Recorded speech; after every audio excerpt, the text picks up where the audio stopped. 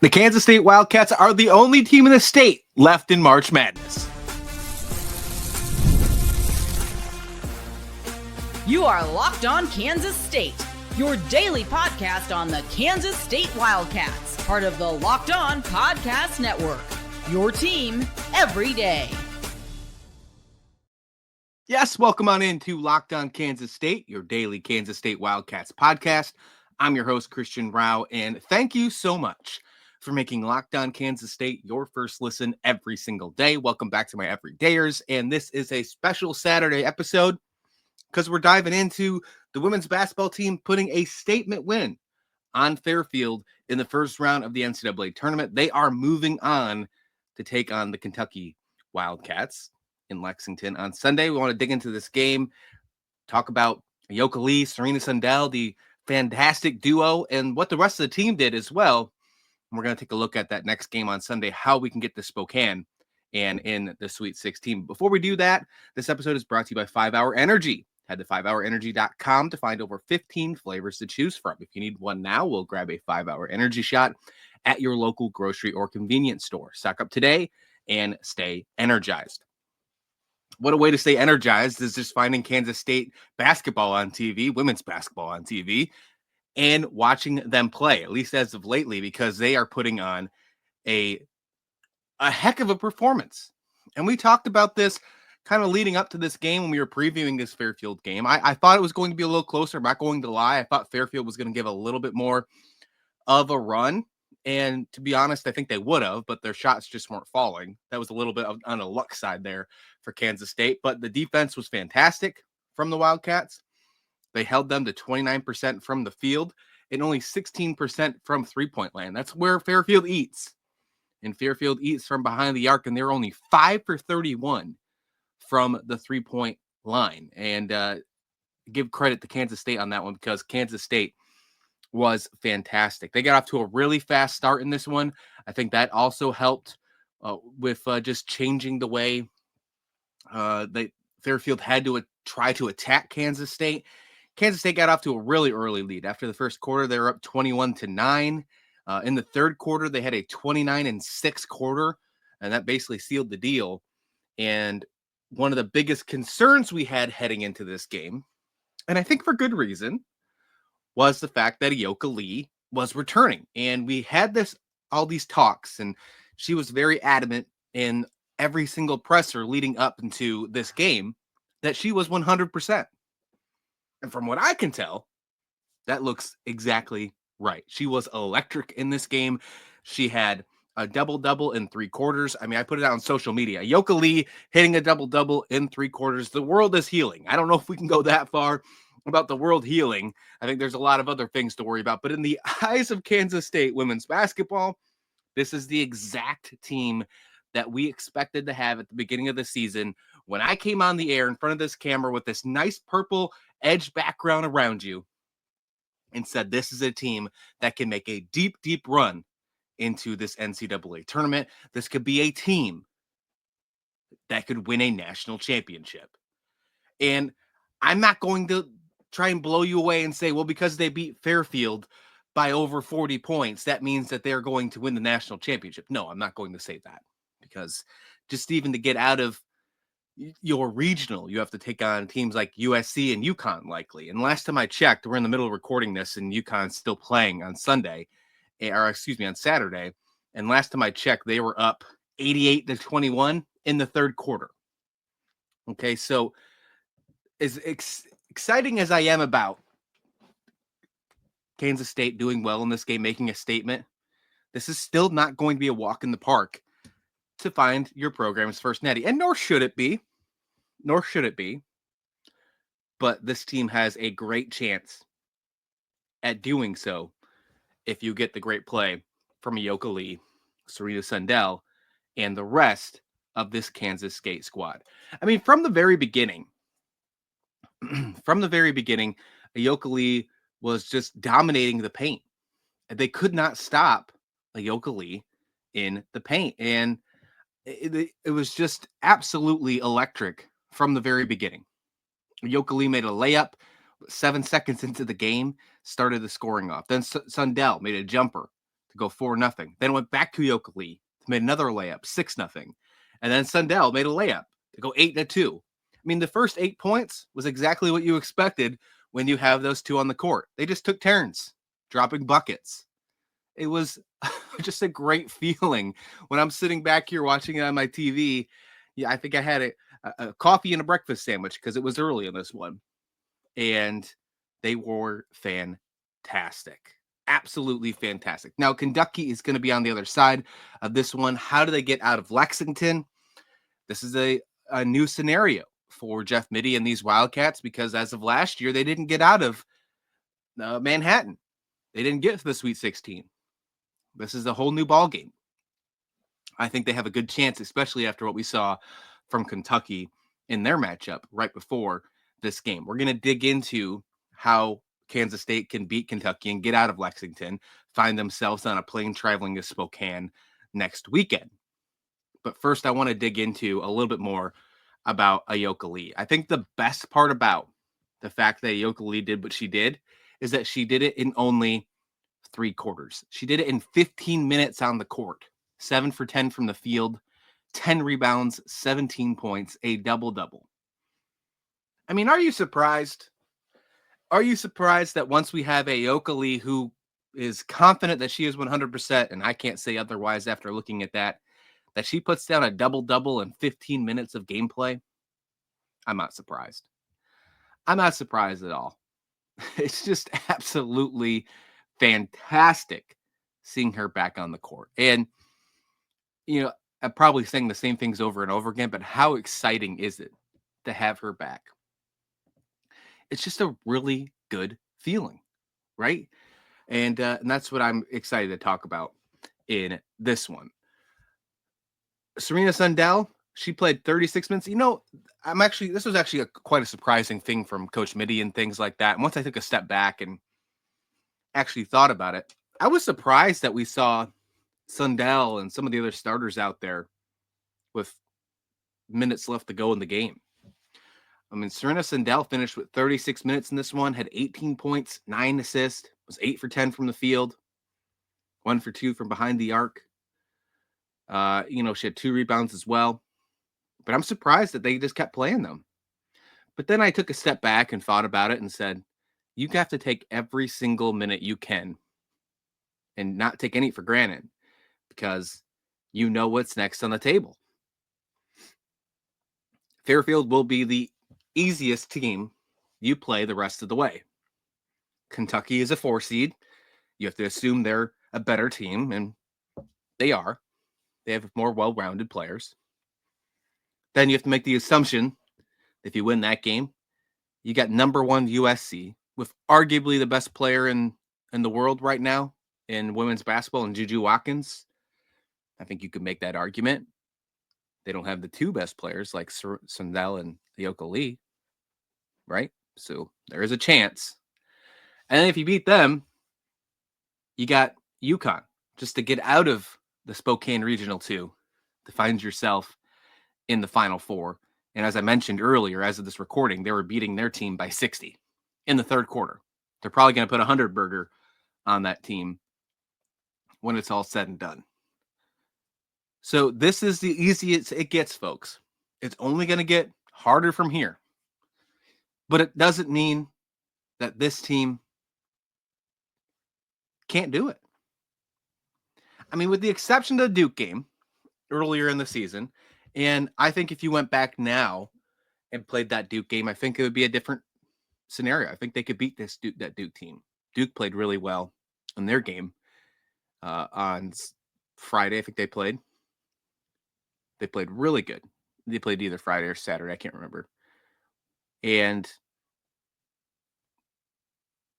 I still think Kansas State will be able to defeat that team. I don't think there's a single team in women's basketball right now when Ayoka Lee and Serena Sundell are doing their thing like they did against Fairfield on Friday that can beat this team. I don't. Not with the surrounding cast as well when they're stepping up and doing the things they need to do. If Kansas State shoots over 50% from the field like they did in this one, 53%, they shot almost 35% from 3. If you could maybe tick that up just a little bit more, which the three-pointers were outstanding, might I say. But if you can find a way just to tick that up a little bit, I mean, the rebounding battle was insane. They out-rebounded Fairfield 44-19. Can't ask for anything more than that. But if you can just have little tweaks, I should say, excuse me. And I think that's why you saw players like Sundell and Glenn and Taryn Sides playing towards the end of the game. They're ready. They're getting prepared. They're not taking a single minute for granted. And they are going to step into Lexington once again on Sunday afternoon. And I think they're going to take care of business. And I'll tell you why in that one in just a minute. But let's dig into a little bit more talk on this Fairfield game here. I want to dig into Serena Sundell's performance. We kind of already did that. And let's talk about some of the other players as we continue on this exciting special edition, the Saturday edition of Locked On Kansas State. Well, we're all about the stats because numbers don't lie. And when it comes to the all-new Nissan Armada Pro 4X, the numbers are on an MVP level. With the ability to tow up to 8,500 pounds, it can quite literally take the whole team plus the gear wherever you go. Hopefully Spokane here in just a few days. It's powered with a twin-turbo V6 engine, delivering the strength and performance to handle highways, back roads, and everything in between. And with room up to 8 people, the Armada Pro 4X is built for big crews, big adventures, and even bigger memories. Whether you're exploring off-road trails or rolling up in the arena with the Armada Pro 4X, it brings power, versatility, and style wherever you go. So take adventures to new heights in the all-new Nissan Armada Pro 4X. Learn more at nissanusa.com. This episode is also sponsored by 5 Hour Energy. Daylight savings time snuck upon us again, and if you're feeling that lost hour of sleep, well, 5 Hour Energy has your back. The extra sunshine means more fun time in the sun, and sometimes you just need that little boost to power through. Whether you're staying up late watching the NCAA Tournament, which I can say guilty, this has been some of my favorite time of the year, especially this 4-day span. Squeezing into a round of golf after work or just trying to keep up on your busy day, 5 Hour Energy gives you that quick, refreshing feel and pick-me-up whenever you need it. And as I mentioned, I've been staying up late watching these tournament actions, and 5 Hour Energy helps me keep going for the next day. So head to 5hourenergy.com and find over 15 flavors to choose from, including watermelon, blue raspberry, and the one that I have sitting in my drawer right now, peach mango. You can even build your own 12-pack or 24-pack delivered right to your door. If you need one now, grab a 5 Hour Energy shot at your local grocery store or convenience store. They're everywhere. Stock up today and stay energized. That's 5 Hour Energy. And welcome back to Locked On Kansas State. For your second listen of the day, check out Locked On College Basketball. Isaac Shiade, Andy Patton, they have you covered. March Madness is here. No better time to stay informed and be the most informed college basketball fan than with Locked On College Basketball. Check it out anywhere on YouTube or wherever you listen to your favorite podcast. Check that out for your second listen of the day. Well, for your first listen, I thank you for checking out Locked On Kansas State, this special Saturday edition, as we are celebrating a big win, an 85-41 win against Fairfield, and we are heading to the second round, one win away from the Sweet 16. Got to get out of Lexington. To do that, they'll take on the Kentucky Wildcats. That tip-off is at 1 o'clock Central Time. The game will be held, I didn't see the station, ESPN. It's going to be right on the national broadcast. No ESPN news for this one. Just straight up ESPN, 1 o'clock Central Time. Again, Kansas State taking on Kentucky, 5 seed versus 4 seed. It's the second game of the day, I believe. No, third game of the day. You'll start off with Oregon and Duke on ESPN. That'll be the first one on that station. So if you wanted to get a little taste of the team that beat us early in the season, Duke, they'll be playing at 11 Central. And then right following after that. So I assume that the 1 o'clock Central tip-off for Kansas State, Kentucky will not be exactly at 1 o'clock. I mean, usually 2-hour window like that. I'm guessing it'll probably be more like 1:10 or something around that lines. It always seems to be that case. They line them up for the sake of the TV channels and and setting him in for that time slots. But it never, and in tournament play, it never winds up being that style. So my guess is they start tip off around 110, but either way, be prepared because it's going to be a great one right off the bat. And as we saw in this Fairfield game, the first couple minutes was huge. It made a statement from this. I mean, they got off to a really great start in the game against Fairfield, as I mentioned earlier, with the first 8 points going back and forth between Ayoka Lee and Serena Sundell. I mean, they got off to a 13-2 run before Fairfield scored another basket, and that was 6 minutes into the game. They were up 13-2, and they never trailed for a single moment in that game. We already talked about Serena Sundell, how great she was in this one. We talked about Ayoka Lee, how fantastic they were. Those are the two players that obviously have to continue to step up. They are Associated Press honorable member, All-Americans, honorable mentions for a reason, right? And even with the injury to Ayoka Lee in the second half of the year, she still found a way to make honorable mention. And the fact that this team is a 5 seed, and the reasons because they're a 5 seed is because they didn't have Ayoka Lee towards the second half of the year, and that kind of stopped them from performing at their very best. I understand. But if I'm them, I'm taking that as utter disrespect. You're making them go through a different type of gauntlet than what they should have been if they were playing in Manhattan. And they took care of business on Friday. I expect them to take care of business on Sunday. You're just asking a giant to wake up and play with a chip on their shoulder. So it's almost like you did this to yourself, committee. And I'm really looking forward to seeing what they can do against Kentucky on Saturday afternoon. Can we talk about Taryn Sides for a minute? I mean, how great is she? 4 for 8 from the 3-point line in this one. And I feel like a couple of those shots late really just didn't fall, which whatever. But I think she shot way better than 50% from 3 is what I'm trying to say. But 4 for 8 overall from the charity strike, 14 points, not charity strike, behind the line, behind the arc. I'm getting so excited. I'm messing up my baseball, or see, I can't even say the right word, basketball jargon here. Look how excited I'm getting. Can't even use the words right. Need hooked on phonics or something. She did this all in 24 minutes. 5 for 9 from the field. She was great.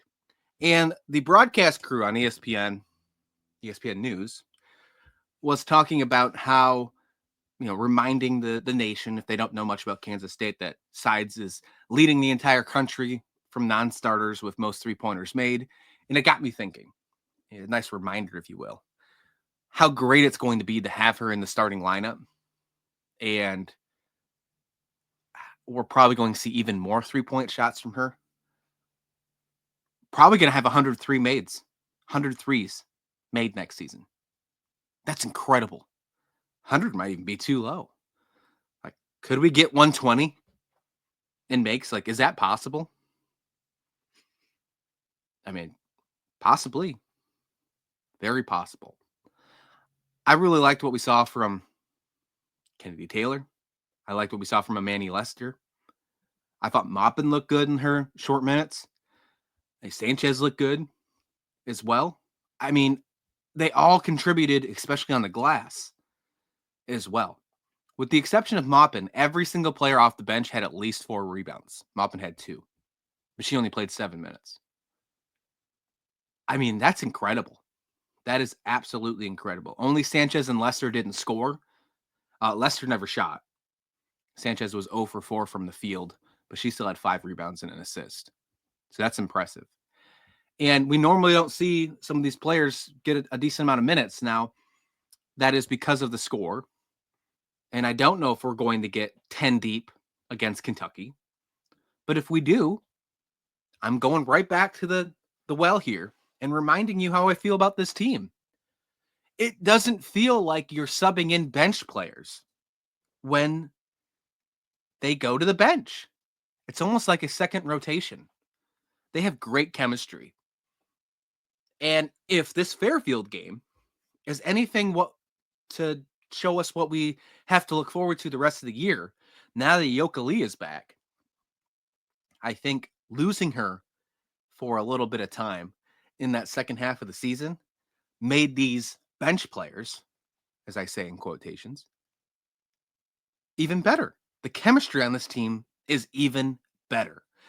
Some of these players were forced to step up. They had to. They had no choice in the toughest part of their schedule in Big 12 play against some ranked opponents and in the Big 12 tournament. And I think they did a good job. And when they're called upon in a tournament, even if it is 7 minutes from Maupin or only 8 from Leicester, they're stepping up and contributing.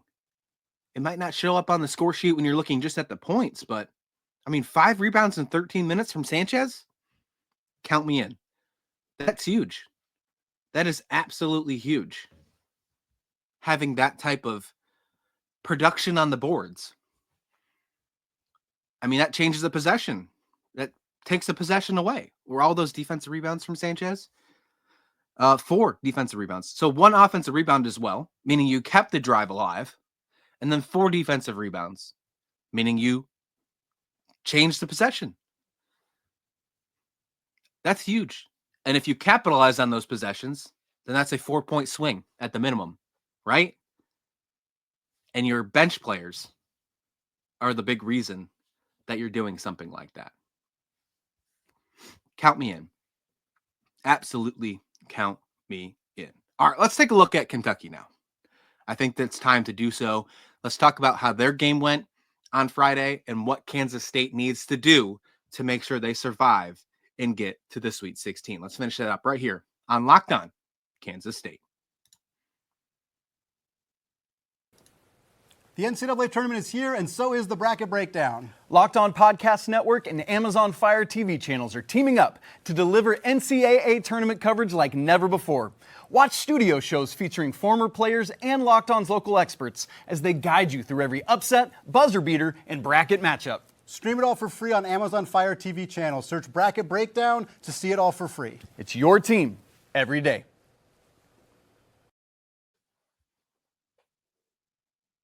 And welcome back to Locked On Kansas State. They're crushing over there on that bracket breakdown, by the way. So if you do have Amazon Fire TV, check that out.